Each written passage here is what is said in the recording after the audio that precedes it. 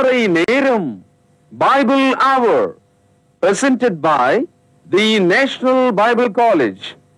கிறிஸ்துவின் சபையார் உங்களை வாழ்த்துகிறார்கள். Welcome to Satellite Bible Classes. வணக்கம் தேசிய கல்லூரி மாணவர்களே, உங்கள் அனைவருக்கும் என்னுடைய நெஞ்சார்ந்த வாழ்த்துதலை தெரிவிக்கிறதிலே மிகவும் மகிழ்ச்சி அடைகிறேன்.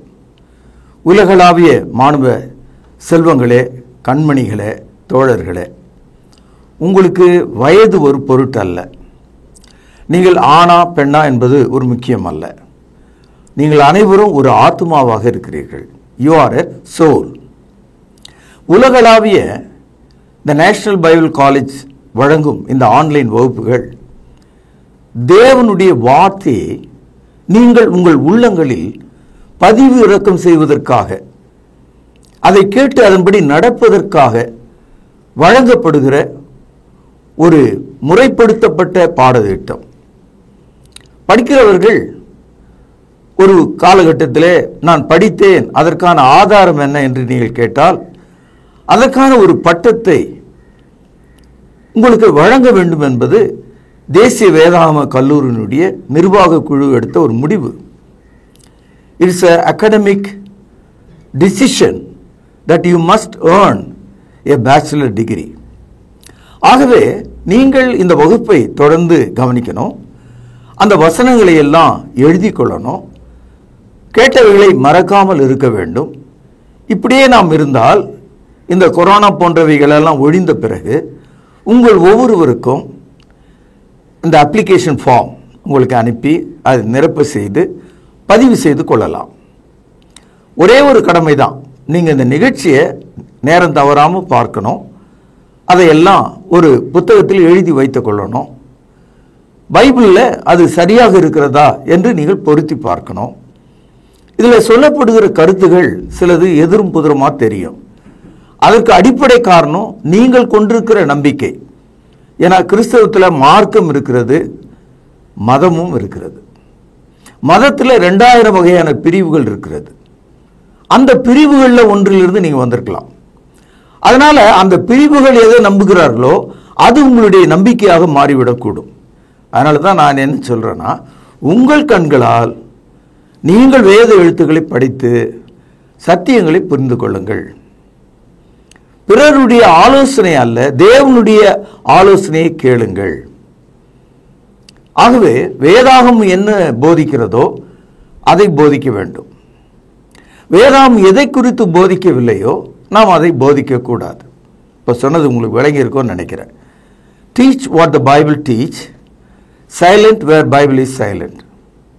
இப்போ இந்த கட்டுப்பாட்டுக்குள்ளே நம்ம வந்துடும்போது மனிதர்களுடைய போதனைகளையும் பாரம்பரியங்களையும் பழக்கங்களையும் வழக்கங்களையும் பண்டிகைகளையும் கேளிகைகளையும் விழாக்களையும் நாம் பின்பற்ற வேண்டிய அவசியம் நமக்கு இல்லை.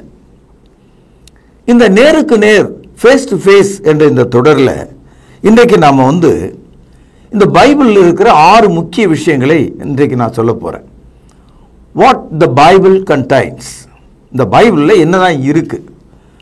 முதலாவது, தேவனுடைய மனம் இதிலே இருக்கிறது. Bible contains God's mind. ஆச்சரியமாக இருக்கும் உங்களுக்கு. இரண்டாவது, Bible contains the state of man, மனிதன் எப்படி இருக்கிறான் என்று இந்த வேதாகம் சொல்கிறது. மூன்றாவது, த பைபிள் கண்டைன்ஸ் சால்வேஷன், மனிதனுக்கான ரட்சிப்பை இந்த வேதாகமும் போதிக்கிறது. நான்காவதாக, the Bible contains the joy of salvation, ரட்சிக்கப்பட்ட மனிதனின் சந்தோஷம் என்ன என்று இந்த பைபிள் நமக்கு போதிக்கிறது. ஐந்தாவதாக, Bible contains the doomsday of the sinners, பாவிகளுடைய கடைசி நாட்கள் எப்படி இருக்கும் என்பதை இந்த வேதத்தில் நாம் தெரிந்து கொள்கிறோம். ஆறாவதாக, த Bible contains hope for the world, இந்த உலகத்துக்கு வேண்டிய நம்பிக்கையை இந்த வேதாகமும் நமக்கு கொடுக்கிறது. ஆக இந்த 6 காரியங்கள், தேவன், மனிதன், ரட்சிப்பு, விசுவாசிகள், ரட்சிக்கப்பட்டவர்களின் சந்தோஷம், பாவிகளின் முடிவு, நம்பிக்கை உலகத்திற்கு, இந்த 6 விஷயங்களை தான் நாம் இதில் பார்க்கிறோம். சமீபத்தில் இந்த சைக்காட்டிக் டாக்டர், அதாவது நம்முடைய மனநிலையை குறித்து விசாரிக்கிற மருத்துவர், அவர்கிட்ட ஒருத்தர் வந்தார். டாக்டர் கேட்டார், உங்கள் மனசு எங்கே இருக்குன்னு கேட்டார். வேர் இஸ் யுவர் மைண்ட் அப்படின்னு கேட்டார். அவர் பேந்த விழிக்கிறார். அதுக்கு டாக்டர் என்ன பதில் சொன்னார்னா, நெவர் மைண்ட், அதை பற்றி நீங்கள் கவலைப்படாதீங்கன்னார். காரணம் என்னன்னா, கேள்வி கேட்ட டாக்டருக்கோ பதில் சொல்ல முடியாமல் போன அந்த மனிதனுக்கோ உண்மையிலேயே மைண்ட் எங்கே இருக்குதுன்னு யாருக்குமே தெரியாது. நான் சொன்னது உங்களுக்கு ரொம்ப ஆச்சரியமாக இருக்கும். Where is your mind? நம்ம நினச்சிட்டு இருக்கோம் மைண்டுன்றது இந்த மூளையில் இருக்குது, தலையில் மூளைக்குள்ளே இருக்குது அப்படின்னு நினைக்கிறோம். இல்லை இல்லை இல்லை, மூளைக்குள்ளே மைண்ட் இல்லை. ஆனால் மைண்டை ரிலேட் பண்ணுற விஷயங்கள் மூளையில் இருக்குது. மைண்ட் என்பது நம்ம முழு உடம்பும் சேர்ந்தது தான் mind. Mind is a whole பாடி. எல்லா இடத்துலையும் மைண்ட் இருக்குது. அதை நம்ம பின்னால் ஒரு நாளில் அதை பற்றி தெளிவாக படிப்போம். இப்போது உங்கள் மனதில் என்ன இருக்கோ அதான் வாயில் பேச முடியும். உங்கள் மனதில் என்ன இருக்கோ அதை எழுத முடியும். நான் சொன்னதில் எதனா தவறு இருக்கா? பேசுவதும் எழுதுவதும் உங்கள் மனதை சார்ந்த விஷயம். உங்கள் மனசில் என்ன நினைக்கிறீங்களோ அதை பேசிடலாம். நீங்கள் உங்கள் மனசில் என்ன நினைக்கிறீங்களோ அதை எழுதிடலாம். அப்படி போலவே இந்த பைபிள் தேவனுடைய மனதாக இருக்கிறது. தேவன் நமக்கு அதை எழுதியும் தந்திருக்கிறார்.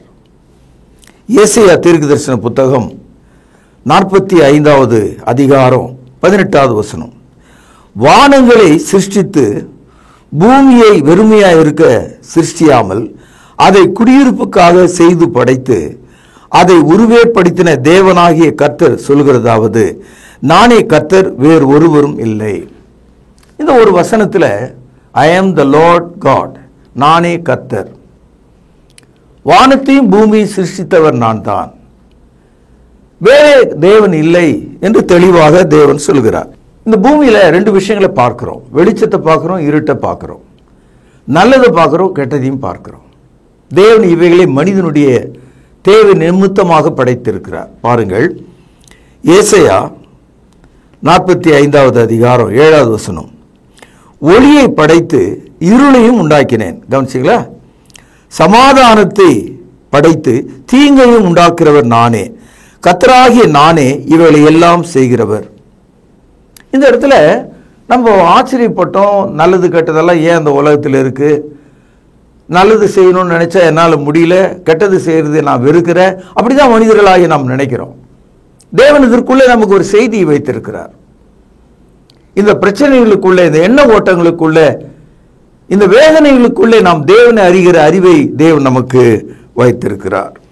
இப்பொழுது ஏசாயா 48வது அதிகாரம் 16வது வசனம், நீங்கள் சமீபத்திலே வந்து நான் சொல்வதை கேளுங்கள், நான் ஆதி முதற்கொண்டு அந்தரங்கத்தில் பேசவில்லை, அது உண்டான காலம் துவக்கி அங்கே நான் இருந்தேன், இப்பொழுதோ கர்த்தராகிய ஆண்டவரும் அவருடைய ஆவியும் என்னை அனுப்புகிறார்.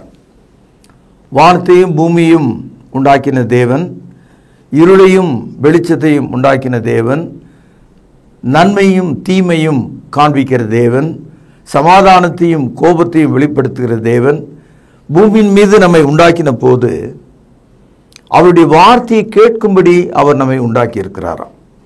நாம் படித்த இந்த வசனத்தில் 48வது அதிகாரம் 16வது வசனத்தில், நீங்கள் என் சமீபத்தில் வந்து நான் சொல்வதை கேளுங்கள். இப்போ உங்கள் மனசில் இருக்கிறத நீங்கள் எனக்கு சொல்ல முடியும். உங்கள் மனசில் இருக்கிறத உங்கள் மனைவியின் இடத்துல சொல்ல முடியும். அதான் உங்கள் மனசு. அதான் மனசுன்றது தான் மனம்னு நம்ம சொல்கிறோம். மனன்றது தான் நம்ம மைண்டுன்னு நம்ம சொல்கிறோம் ஆங்கிலத்தில். So you can share and speak what you have in your mind, இல்லையா? அதுபோல தேவன் தன் மனதில் உள்ளவைகளை இந்த வேத புத்தகம் முழுவதும் வெளிப்படுத்தியிருக்கார். அதனால தான் the Bible contains the mind of God. இரண்டாவதாக, the Bible contains the state of man, மனிதனுடைய தன்மை, அவனுடைய நிலை என்ன என்பதை இந்த பைபிளில் நம்ம பார்க்குறோம். நீங்கள் வேறு எந்த புத்தகத்தில் படித்தாலும் இந்த சத்தியம் உங்களுக்கு அங்கே இல்லை. எந்த புத்தகத்திலும் கிடையாது. The state of man. இந்த பூமியில் இருக்கிற மனிதனுக்கு தான் ஏதாவது செய்தி இருக்கும். நியாய தீர்ப்புக்கும் அதற்கு அப்பால வாழ்கிற வாழ்க்கைக்கும் எந்த ஒரு புத்தகத்திலையும் செய்தி கிடையாது. ரோமருக்கு எழுதிய நிருபம் 3ஆம் அதிகாரம் 10வது வசனம், பேனால அடிக்கோட்டிடுங்கள். அந்தபடியே நீதிமான் ஒருவனாயிலும் இல்லை. இதுதான் மனிதனுடைய நிலை. The state of man, there is none righteous. இதை நம்ம முதல்ல புரிஞ்சுக்கணும். நாம் வேற யாரையாவது எதையும் நினச்சிக்கிட்டு அவன் உத்தம புத்திரன் நினைச்சிடாதீங்க. ஆதாமே உத்தம புத்திரன் கிடையாது, அவனும் பாவம் செய்தான். ஆக முதல் மனிதன் வழியாக பூமியில் எல்லா மனிதர்களும் பாவம் செய்கிறவர்களாக தான் இருக்காங்க. there is none righteous. இதை நீங்கள் மனசில் ஆழமாக வாங்கிக்கணும்.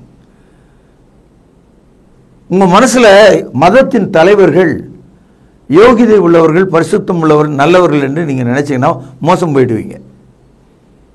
ஆகவே நீதிமான் ஒருவனும் இல்லை. ரோமர் 3வது அதிகாரம் 23வது வசனம் பாருங்கள். எல்லாரும் பாவம் செய்து தேவ மகிமையற்றவர்களாகி, all committed sin and lost the glory of God. இப்போ ஆதாம் ஏவாள் பாவம் செய்வதற்கு முன்பாக ஏதேன் தோட்டத்தில் இருந்தாங்க.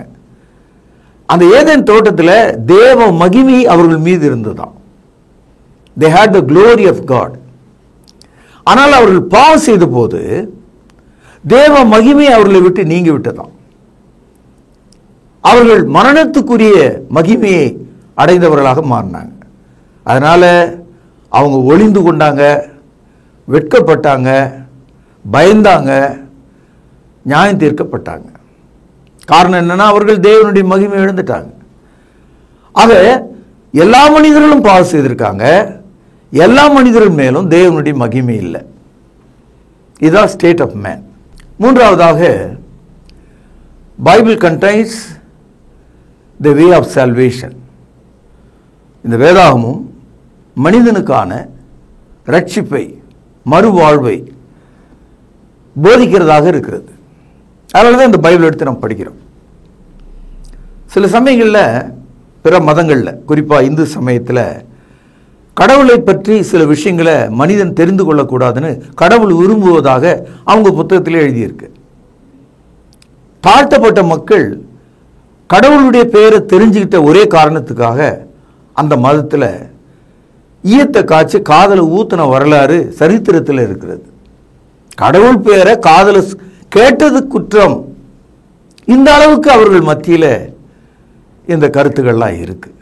ஆனால் பைபிளை நம்ம திறந்து பார்த்தோம்னா உலகத்தில் பிறந்த ஒவ்வொரு மனிதனுக்கும் தேவனுடைய சித்தம், விருப்பம் என்ன என்று, ரட்சிக்கப்பட வேண்டும் என்பது அவருடைய விருப்பம் என்பதை நீங்கள் புரிஞ்சுக்கலாம். 1 தீமோத்தேயு 2வது அதிகாரம் 4வது வசனம் உங்கள் கையில் உள்ள பேனாவில் சுழியிடுங்கள், கவனிங்கள். எல்லா மனுஷரும், கவனிச்சிங்களா, எல்லா மனுஷரும் அப்படின்னா சீனர்கள், இந்தியர்கள், ஆஸ்திரேலியர்கள், ரஷ்யர்கள், மத்திய தரை நாடுகள் இருக்கிறவர்கள், ஐரோப்பியர்கள், அமெரிக்கர்கள், கனடியர்கள், தென் அமெரிக்காவில் வாழ்கிறவர்கள், தீவுகளில் வாழ்கிறவர்கள், அலாஸ்கா போன்ற இடங்களில் வாழ்கிறவர்கள், உலகத்தினுடைய எல்லாரையும் தான் இது குறிக்குது. அதனால ஒரு குறிப்பிட்ட ஜாதிக்குள்ள பிறந்தவனுக்கு தான் கடவுள்னு நம் நாட்டில் இருக்கிற மதம் சொல்லுது. ஒரு குறிப்பிட்ட ஜாதிக்குள்ள பிறந்தவனுக்கு தான் எல்லா ரைட்ஸும் இருக்கு அப்படின்னு சொல்லி இன்னைய தேதி வரைக்கும் மக்கள் நம்பி அதை சட்டம் போல வச்சிருக்கிறத நீங்க பார்க்கலாம். அடுக்கடுக்காக மனிதர்கள் படைக்கப்பட்டிருக்காங்க. தலையிலிருந்து பிறந்தவன் யாரு, கால் அடியிலிருந்து பிறந்தவன் யாருன்னு போதிக்கிறதாக இருக்கு மத புத்தகங்கள்ல. ஆனால் வேதவசனம் சொல்கிறது எல்லா மனுஷரும், எல்லாரும் ரட்சிக்கப்படவும் சத்தியத்தை அறிகிற அறிவை அடையவும் அவர் சித்தமுள்ளவராயிருக்கிறார். எவர்?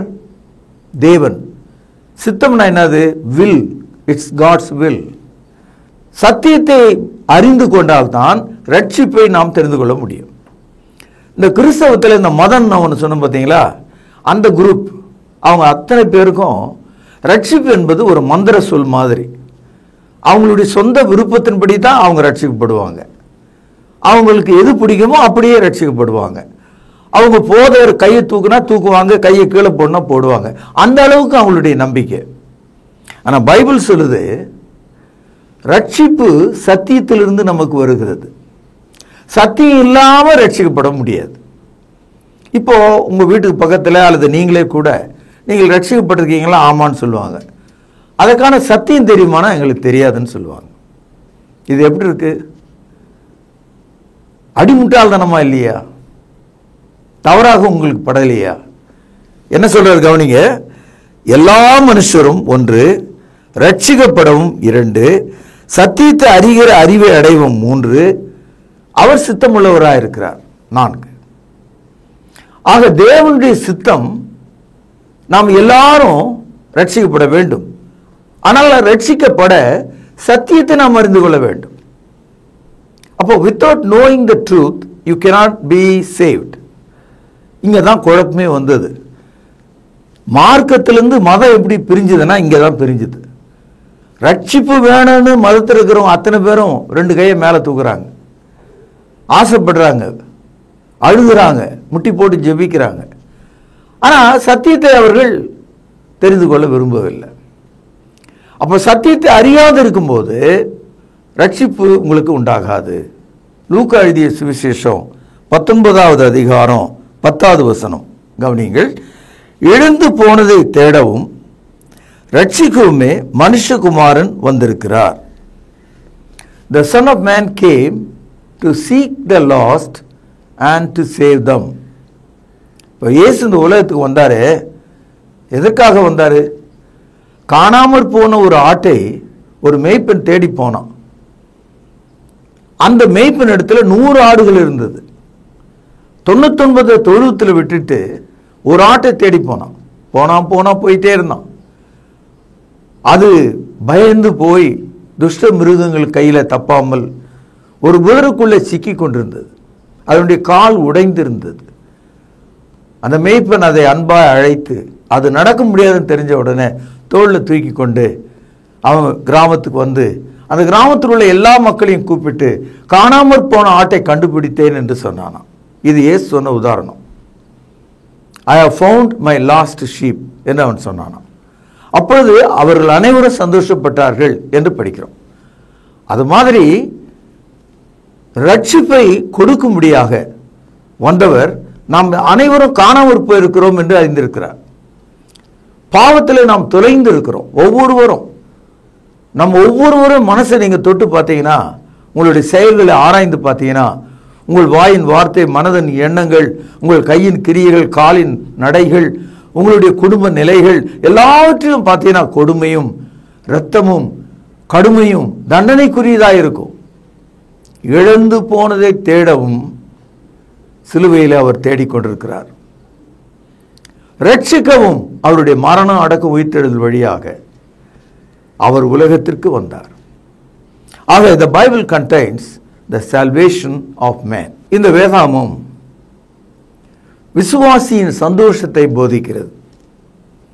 The Bible contains the joy of the believers. ஞானஸ்நானம் எடுத்து தேவனுடைய பிள்ளையாக மாறும்போது உன்னை விட்டு நீங்காத ஒரு சந்தோஷத்தை தேவன் வைத்திருக்கிறார். அந்த சந்தோஷம் வாயின் வார்த்தையால் சொல்ல முடியாது. பரிசுத்த ஆவினாலே அந்த சந்தோஷத்தை உனக்குள் வைத்திருக்கிறார். ரோமருக்கு எழுதிய நிருபம் 14வது அதிகாரம் 17வது வசனம். தேவனுடைய ராஜ்யம் புசிப்பும் குடிப்பும் அல்ல. ஏன்னா குடிக்கிற ஆளு, நல்லா சாப்பிட்ற ஆளு ரொம்ப சந்தோஷப்படுவார். ஆனால் தேவனுடைய ராஜ்யம் அதல்ல. நீதியும் சமாதானமும் பரிசுத்தாவினால் உண்டாகும் சந்தோஷமாக இருக்கிறது. The believer's joy, விசுவாசியின் சந்தோஷம் நீதியும் சமாதானமும் பரிசுத்தாவினால் உண்டாகும் சந்தோஷமா இருக்கும். சகோதரர்களே, Bible contains the joy of the believer. ரோமருக்கு எழுதிய நிருபம் 12வது அதிகாரம் 15வது வசனம். சந்தோஷப்படுதலுடனே சந்தோஷப்படுங்கள், அழுகிறவர்களுடனே அழுங்கள். கிறிஸ்துக்குள்ள நாம் வந்துடும்போது ஒரு சரீரமாக நாம் இருக்கிறோம், ஒரு சபையாக நாம் இருக்கிறோம். எல்லாரும் ஒரே நேரத்தில் சந்தோஷப்படுவோம், தேவைப்பட்டால் எல்லாரும் ஒரே நேரத்தில் அழலாம். அவ்வளவு உறவு நமக்குள்ளே உண்டாகி விடுகிறது. எனக்கு யாருமே இல்லை அப்படின்னு நீங்கள் சொல்கிறதே கிடையாது. ஆகவே Bible contains the believers Joy. The Bible contains the doomsday of the sinners. ஐந்தாவதாக, அதாவது பாவிகளுடைய முடிவு என்ன என்பதையும் இந்த பைபிள் போதிக்கிறது. பாவம் செய்கிறவனுக்கு மரணம் தான் பரிசாக கொடுக்கப்படுது. பாவத்தின் சம்பளம் மரணம் என்று ரோமர் 6:23 நம்ம படிக்கிறோம். The wages of sin is death. இந்த பாவம் செய்த மனிதனை தேவன் நியாய தீர்ப்புக்கு பிறகு எரிகிற அக்னி தழல்ல சூளையில் அவர்கள் எப்போதும் வேதனைப்படும்படி அவர்களை நியாயம் தீர்க்கிறார். இதை வெளிப்படுத்தல் 20:10. மேலும் அவர்களை மோசம் போக்கின பிசாசானவன் மிருகம் கள்ள தீர்க்கதரிசியுமாகிய இடமாகிய அக்னியும் கந்தகமான கடலிலே தள்ளப்பட்டான். அவர்கள் இரவும் பகலும் சதா காலங்களிலும் வாதிக்கப்படுவார்கள். 12 வெளிப்படுத்தல் 20. மரித்தோராகிய சிறியோரும் பெரியோரையும் தேவனுக்கு முன்பாக நிற்க கண்டேன். அப்பொழுது புத்தகங்கள் திறக்கப்பட்டன. ஜீவ புஸ்தகம் என்னும் வேறொரு புஸ்தகமும் திறக்கப்பட்டது. அப்பொழுது அந்த புஸ்தகங்கள் எழுதப்பட்டவர்களின் படியே மரித்தோர் தங்கள் தங்கள் கிரியைகளுக்கு தக்கதாக நியாய தீர்ப்பு அடைந்தார்கள். The Bible contains the doomsday of the sinners. பாவிகளினுடைய முடிவு என்ன என்பதை இந்த வேதாகம் போதிக்கிறது. நாம் அனைவரும் கிறிஸ்துவுக்கு முன்பாக நியாய தீர்ப்பிலே நிற்க வேண்டும். 2 கொரிந்தியர் 5:10 பேனா இருக்குமானால் சுழியிடுங்கள். ஏனென்றால் கவனிங்கள், சரீரத்தில் அவனவன் செய்த நன்மைக்காவது தீமைக்காவது தக்க பலனை அடையும்படிக்கு நாம் எல்லாரும் கிறிஸ்துவின் நியாயஸ்தானத்துக்கு முன்பாக வெளிப்பட வேண்டும். அப்போ கிறிஸ்துவனுடைய நியாய தீர்ப்பில் நாம் செய்த நன்மையாக இருந்தாலும் சரி தீமையாக இருந்தாலும் சரி முதல்ல நியாய தீர்ப்பு நமக்கு உண்டு. நாம் நிற்கணும். So the Bible contains the judgment, particularly the sinners. இதை நீங்கள் கவனிக்கணும். 6வதாக இந்த வேதாகமும் நம்பிக்கை நிறைந்த ஒரு ஒளியை மனிதனுக்கு தருகிறது. எல்லா மனுஷர் மேலும் விடியற் காலையில் வருகிற சூரிய வெளிச்சம் பிரகாசிக்கிற மாதிரி, எல்லார் மேலும் இரவிலே பொழிகிற சந்திர ஒளியை போல, எல்லாருடைய கண்களிலும் மினுக்கும் நட்சத்திரத்தை போல நம்பிக்கை நிறைந்த தேவ வசனம் மனிதனுக்கு ஆறுதலையும் கர்த்தரிடத்தில் சேரும்படியான பாக்கியத்தையும் கொடுக்கக்கூடியதாக இருக்கிறது. The Bible contains the hope of the world. இந்த உலகத்தினுடைய நம்பிக்கை இயேசு கிறிஸ்து. வாசிப்போம். தீத்து 1:3 பொய்யுரையாத தேவன் ஆதி காலம் முதல் நித்திய ஜீவனை குறித்து வாக்குத்தத்தம் பண்ணி அதை குறித்த கவனிங்கள் நம்பிக்கையை பற்றி தேவ பக்திக்கேதுவான சத்தியத்தை அறிகிற அறிவும் விசுவாசமும் தேவனால் தெரிந்து கொள்ளப்பட்டவர்களுக்கு உண்டாகும்படி. முதலாவது, தேவன் பொய்யுரையாதவர். God cannot lie. He promised about the eternal life. நித்திய ஜீவனை குறித்து நமக்கு வாக்களித்திருக்கிறார். அதை அறிந்து கொள்வதற்கான, அந்த நம்பிக்கை அறிந்து கொள்வதற்கான சத்தியத்தை அறிகிற விசுவாசத்தையும் தேவன் நமக்கு கொடுத்திருக்கிறார். ஆக உலகம் முழுவதுக்கும் இந்த நம்பிக்கை எல்லாருக்கும் கொடுக்கப்பட்டிருக்கிறது. பொய்யுரையாத தேவன் இதை நமக்கு கொடுத்திருக்கிறார். தீத்து 3:4 நம்முடைய கர்த்தராகிய தேவனுடைய தயையும் மனுஷர் மேலுள்ள அன்பும் பிரசன்னமான போது அப்படின்ற இடத்துல மூல மொழியில அப்பியர்ட் என்ற ஒரு வார்த்தை வந்திருக்கு. பொதுவாக தூங்கி எழுந்த உடனே இப்போ என்ன நேரம் அப்படின்னு நம்ம கவனிக்கிறோம். அந்த நேரத்தை ஏன் கவனிக்கிறேன்னா பொழுது விடிஞ்சதா இல்லையா என்பதற்காக தான் கவனிக்கிறோம். அப்போ பொழுது விடிதல் என்பது நம்ம எல்லாருக்கும் தெரியும். இரவு லேசா அப்படியே போகவும் வெளிச்சம் மங்கிய ஒளியில வரவும் அந்த மாதிரி தான். சில சமயங்களில் நான் பார்த்துருக்கேன், இந்த சுண்ணாம்பு அடித்த இடத்துல அதை கழுவும் போது கழுவிடுவாங்க. அதுக்கப்புறம் காஞ்ச பிறகு பார்த்தீங்கன்னா லேசாக அந்த சுண்ணாம்பு ஒரு மங்கிய அளவில் கண்ணுக்கு தெரியும்.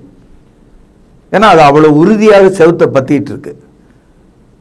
அந்த மாதிரி இந்த ஏர்லி மார்னிங் ஒரு 5 மணி வைத்துங்க, அப்போ நீங்கள் வெளியே வந்து பார்த்தீங்கன்னா அது வெளிச்சமும் இருக்காது, இருட்டாகவும் இருக்காது, ஒரு மங்கிய ஒளி தெரியும்.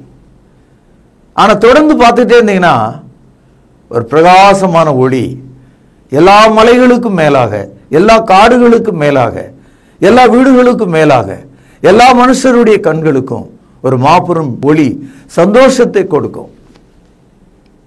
The rising sun brings a great joy for man. இல்லையா? விடியற் காலையிலே அந்த சூரிய உதயம் எந்த மொழி பேசுகிற எந்த இனத்தைச் சேர்ந்தவனாக இருந்தாலும் எவ்வளோ பெரிய சந்தோஷம். அது போன்றது தேவனுடைய நம்பிக்கை நிறைந்த சத்தியம். இன்றைக்கு 6 விஷயங்களை நம்ம பார்த்தோம். ஒன்று, த மைண்ட் ஆஃப் காட், தேவனுடைய மனதை பார்த்தோம். 2, த ஸ்டேட் ஆஃப் மேன், மனிதனுடைய நிலைமையை பார்த்தோம். 3வது, த வே ஆஃப் சால்வேஷன், மனிதனுக்கான ரட்சிப்பை குறித்து பார்த்தோம்.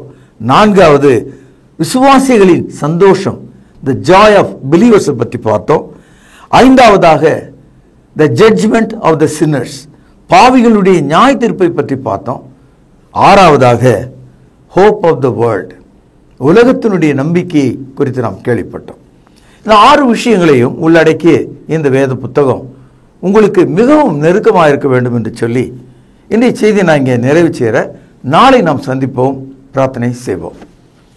மகா பரிசுத்த நிறைந்த எங்கள் அன்பான தகப்பனே, மிக உறுதியான தேவ வசனம், உறுதியான சத்திய பகுதிகள், மிகவும் உறுதியான ஆரோக்கியமான வேத வசனங்களை எங்கள் நல் மனதிலே நீர் கொண்டு வந்ததுக்காக உம்மை துதிக்கிறேன் தகப்பனே. மனது என்பது எங்கள் முழு சரீரம் என்று நாங்கள் அறிந்திருக்கிறோம். உமது சித்தத்தை விளங்கிக் கொள்ள எப்போது எங்களுக்கு உதவி செய்திருளும். எங்கள் பாவ குற்றங்களை மன்னியும். நல்ல விசுவாசிகளாக எங்களை ஆசீர்வதியும். இயேசுவின் நாமத்திலே ஜெபம் கேளும் ஜீவனுள்ள எங்கள் நல்ல பிதாவே, ஆமென். தொடர்பு கொள்ள வேண்டிய முகவரி: திருமறை நேரம், 58 சர்ச் தெரு, குமரன் நகர், சென்னை 6,82,000. செல்போன் 9385500882. கர்த்தாவே, தேவர்களில் உமக்குப்பானவர் யார்? வானத்திலும் பூமியிலும் உமக்குப்பானவர் யார்?